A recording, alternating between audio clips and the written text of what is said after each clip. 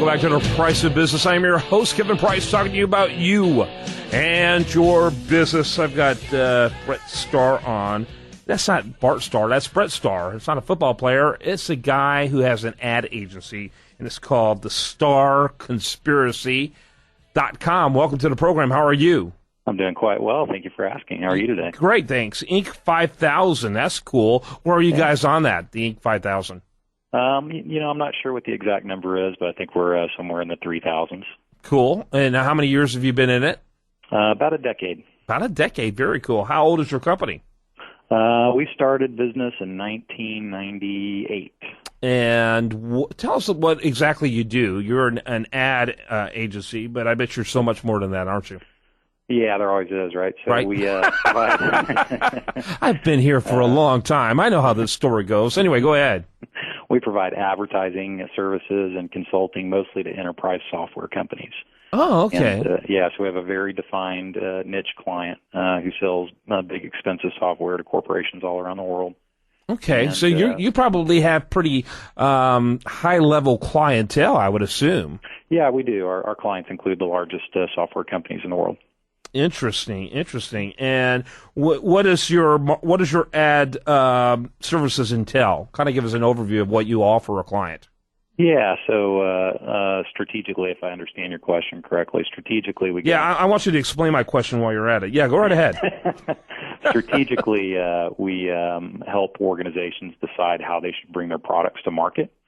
And then what the right advertising mix is in order to achieve dominant market share in their market segments. We really focus on companies that want to be number 1, 2, or 3 in a specific market segment. So that might include everything from traditional advertising like print advertising, digital advertising, et cetera, to pretty significant commercial type advertising strategies that would include outdoor advertising, billboards, et cetera. So it's really about matching an organization's growth strategy with the right levers to pull in marketing, and then executing those strategies for them. So it's you approach it through various platforms, everything from traditional media to social media to you name it. Yeah, and I would say that right now, what we're seeing structurally in the marketplace is that some of the stuff that worked, over the past decade very effectively for software companies like email marketing and things like that are really declining. And we're seeing, platforms like social media marketing and other strategies within the digital marketing realm being much more effective. So we're also, helping organizations navigate what's become a tectonic shift in, what's working in marketing and what's not. Interesting. Yeah, that makes sense. There's a certain amount of implied credibility, I think, with social media that some of the traditional drip campaigns simply don't have.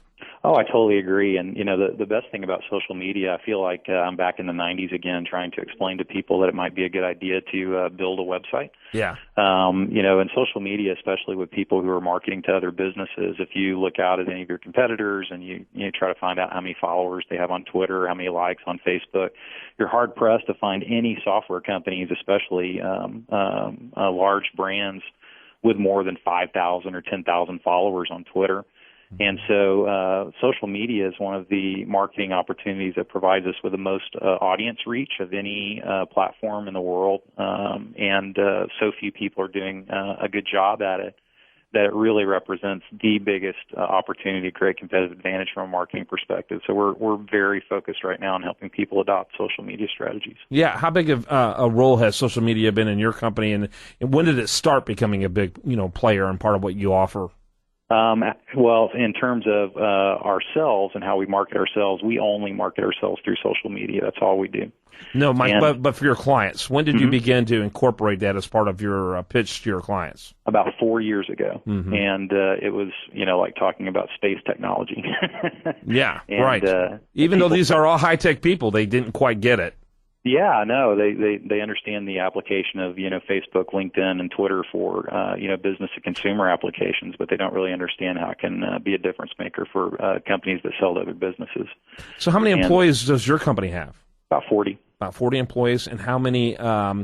What's a large company for you to service? Like a large client for us, or I would say our biggest client probably has 120,000 employees. 120,000? Yeah. Wow. I went to college in Abilene, Texas, and I don't think that whole town had that many people. That's pretty impressive. So I grew up in Alice, Texas, and I know we didn't have that many people. Alice, Texas? Where the heck is Alice, Texas? Oh, it's near Corpus Christi. Oh, okay. And you know it must be small if you say it's near Corpus Christi. Yeah, that's right. If Corpus Christi is the big town, yeah, you know it's not that big. Yeah. So, yeah, a suburb of Corpus Christi. That's worse than the suburb of Beaumont. Now it's probably about the same. So I'm going to get in trouble anyway. So that's cool. So that's interesting. Up to 120,000. What's your sweet spot? Our sweet spot is a market leader in an emerging market segment, and their company sizes are typically 3,000 to 10,000 employees. Okay, so those are still pretty hard to reach. What does your sales cadence look like?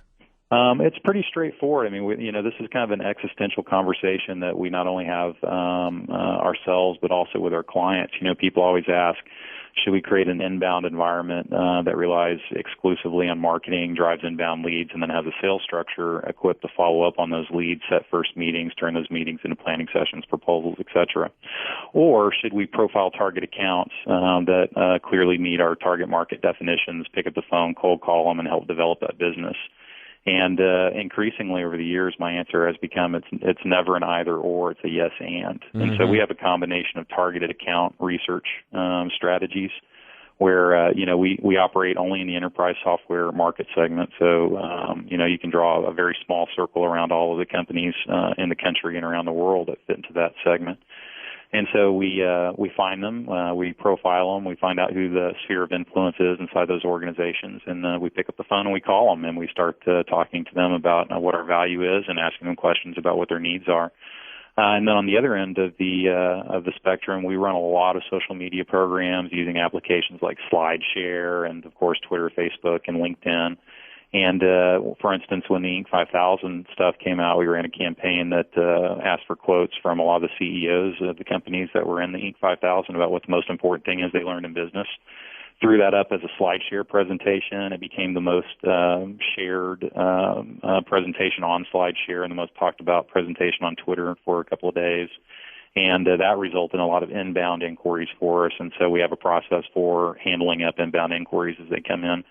And in both cases, what I've learned and through our research, we've identified the single most important thing in most any business when it comes to sales is establishing yourself as a really favorite vendor.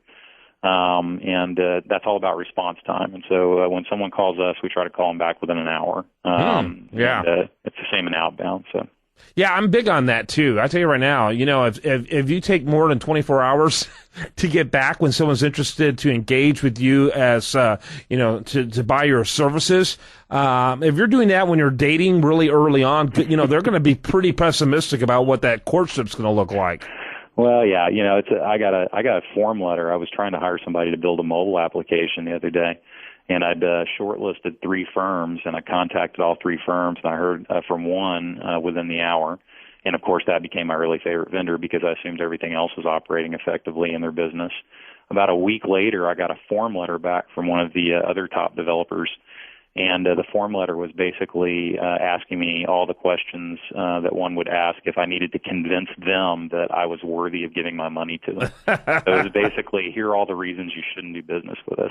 Wow, that's interesting. Very compelling. Yeah. Yeah, Brett Starr, he's with the Starr Conspiracy, the StarConspiracy.com. Your company kind of lends to the idea of creating creative videos that adds to your aura of conspiracy, don't you think? Have you guys thought about doing something like that?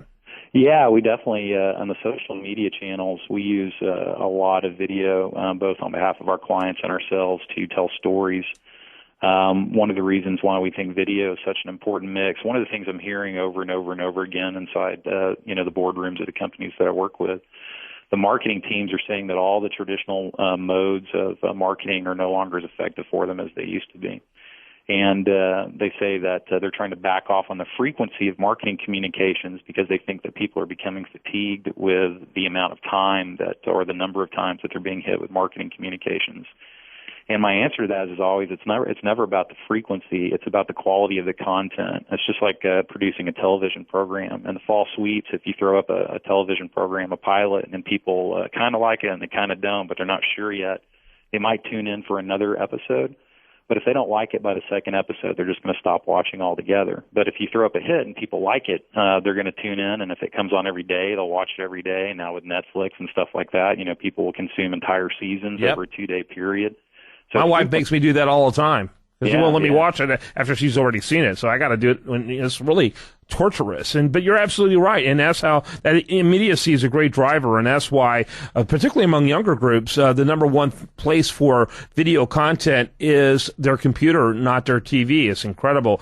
Brett Starr, thestarconspiracy.com. Sorry, I have to wrap it up. Fascinating topic. Thanks for telling us a little bit about your story today.